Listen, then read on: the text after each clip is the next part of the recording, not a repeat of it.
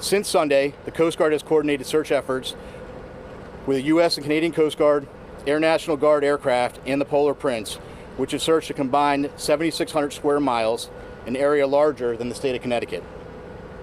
These search efforts have focused on both surface, with C-130 aircraft searching by sight and with radar, and subsurface, with P-3 aircraft were able to drop and monitor sonar buoys. To date, those search efforts have not yielded any results. Search efforts have continued through last night and today. Today, the vessel Deep Energy, a 194-meter pipe-laying vessel, arrived on scene with underwater ROV capability.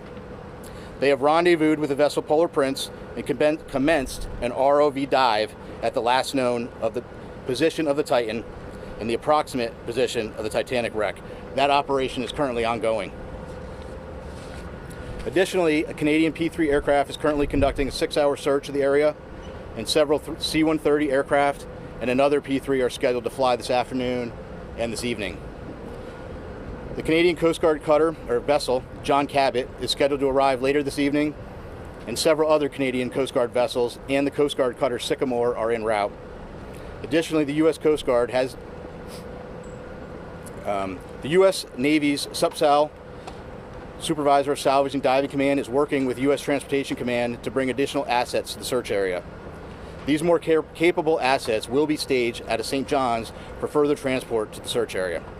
There are also several private vessels, research vessels with ROV capabilities that are making preparations to join the efforts. So I want to reiterate, this is a very complex search, and the Unified team is working around the clock to bring all available assets and expertise to bear as quickly as possible in an effort to solve this very complex problem. We'll continue to provide updates as they become available. And again, our thoughts and prayers are with the crew and the families and their loved ones.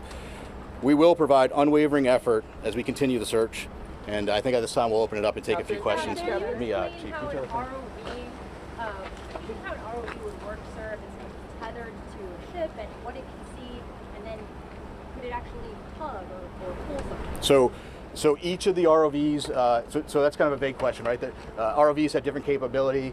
It's our understanding the current ROV that is deployed at the site now has some limited capability, has a camera on board, but again, each of those is different, and we'll be gathering more information as that operation goes on through the day. Captain, how many hours of NBC News? If your submersibles can find this sub, is there any way to retrieve it and save the people on board? Yeah, so right now all of our efforts are focused on finding the sub. What I will tell you is we have a group of our nation's best experts in the Unified Command, and if we get to that point, those experts will be looking at what the next course of action is. Captain.